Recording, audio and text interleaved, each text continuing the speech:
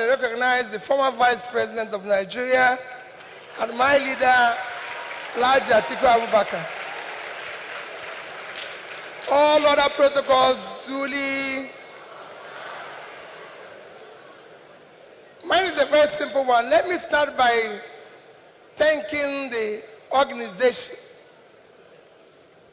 for inviting me.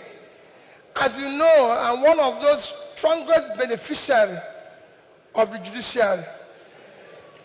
For my strong legal team, for the work of my small legal team led by Dr. Onyechi Bazu, SAN, and led OJ Nadi, SAN, I wouldn't be standing here. You know that from my election petition to my impeachment to my tenure interpretation. And again, whenever people talk about corruption in the legal or in the judiciary, and one who takes exception, in all this journey, I did not give anybody 1 naira.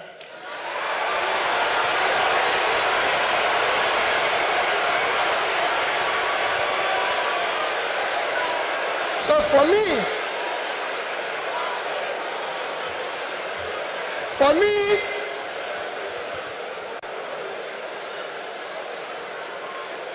I remain eternally grateful to you for what you did for me to be here and everything. Our topic today is democratic transition in the 21st century Nigeria, 2023 and beyond.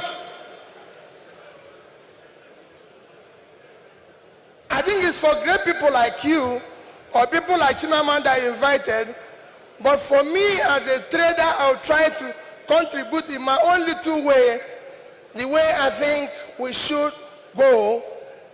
For me, democracy have a simple description. Government of the people, by the people, for the people.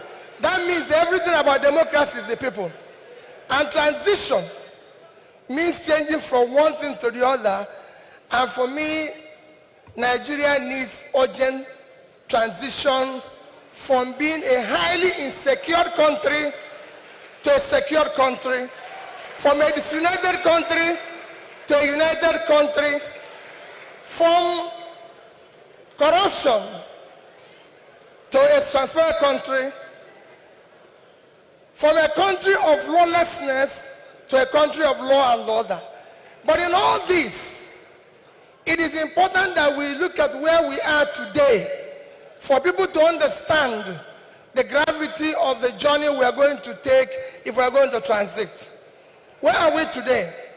Nigeria have qualified to be a failed state. We have met the 2 or 3 biggest characteristics of a failed state. Number 1 is when you're no longer in charge of your territory.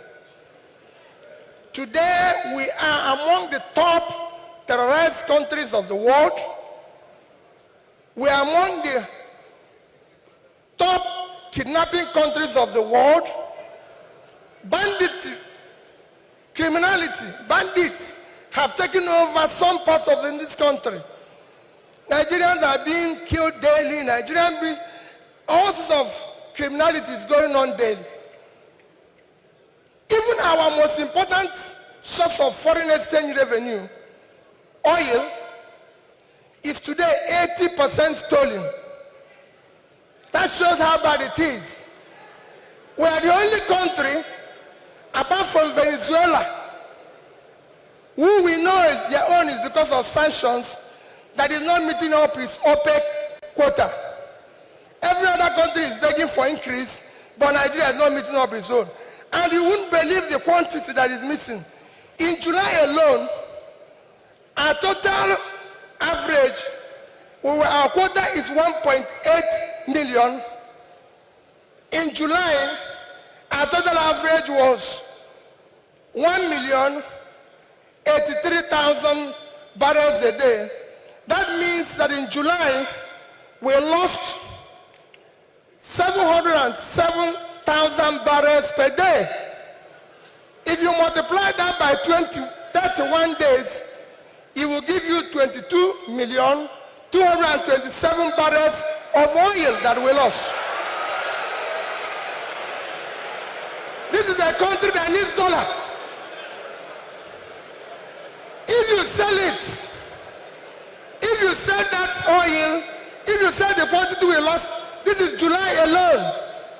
If you sell it at the average price of $110, it will give you $2,450,000,000, which at our rate of exchange of 550, you lost.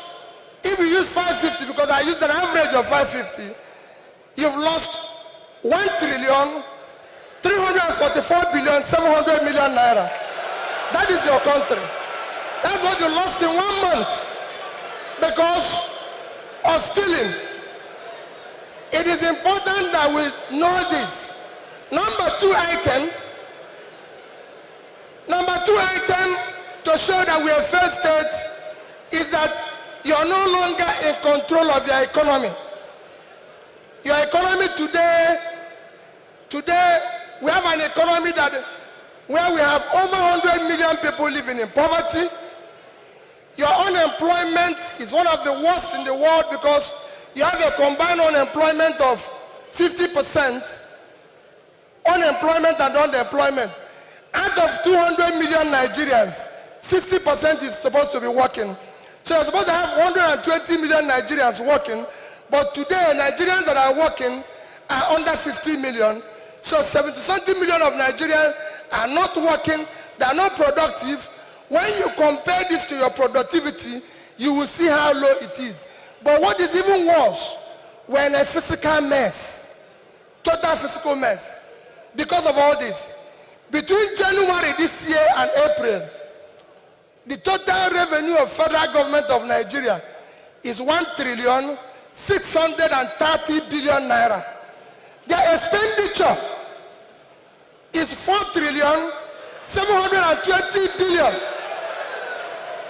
If you minus this, we have a deficit of 3,100,000,000,000.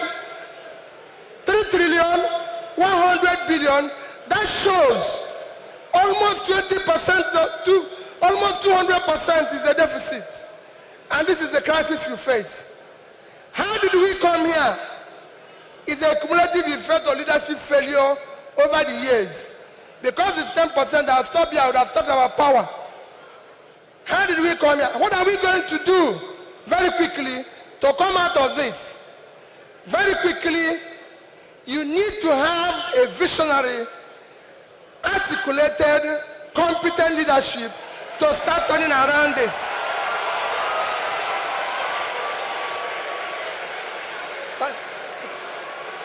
So next year, the time is up, I'll take it there.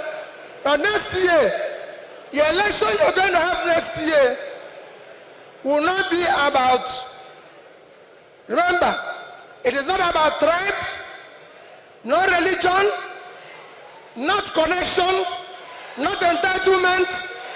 It must be election about character, competence, capacity, and commitment to deliver.